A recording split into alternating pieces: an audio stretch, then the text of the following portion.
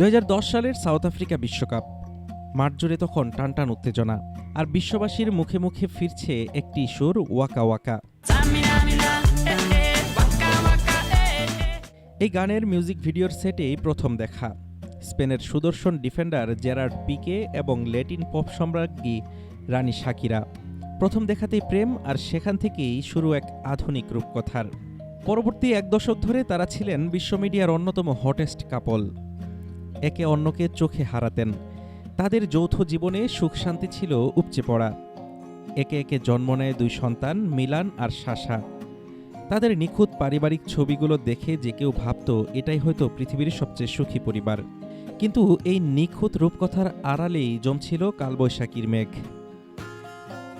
পিকের এক ভয়ানক প্রতারণা ধুলোয় মিশিয়ে দেয় সব সুখ। তবে এই ধোঁকা কোনো গোয়েন্দা বা সিসিটিভি ক্যামেরায় ধরা পড়েনি। ধরা পড়েছিল ফ্রিজে থাকা একটি সাধারণ স্ট্রবেরি জ্যামের বয়াম দিয়ে। পেশাগত কারণে প্রায়ই ট্যুরে থাকতেন শাকিরা। একবার দীর্ঘ ট্যুর শেষে বাড়ি ফিরে ফ্রিজ খুলতেই চোখ চড়ক গাছ তার। স্বাদের স্ট্রবেরি জ্যামের বয়ামটি প্রায় খালি। অথচ শাকিরা ভালো করেই জানতেন, পিকে কিংবা তাদের দুই সন্তান কেউই স্ট্রবেরি জ্যাম ছুঁয়েও দেখে না। খটকাটা ওখানেই লাগে। শাকিরার অনুপস্থিতিতে এই বাড়িতে নিয়মিত অন্য কারোর যাতায়াত ছিল।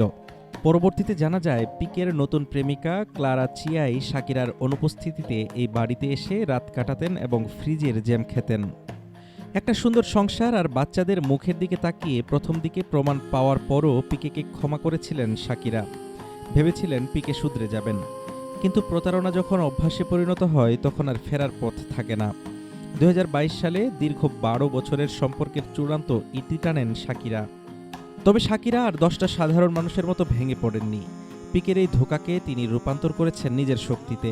পিকে ও তার নতুন প্রেমিকাকে খোঁচা দিয়ে মুক্তি দেন গান বিজেআরপি মিউজিক সেশন ভলিউম 53, যেখানে তিনি গিয়েছিলেন, তুমি একটা ফেরারি গাড়ি ছেড়ে রেনোর সস্তা গাড়িতে উঠলে, রোলেক্স ঘড়ি ছেড়ে কেসিও পড়লে।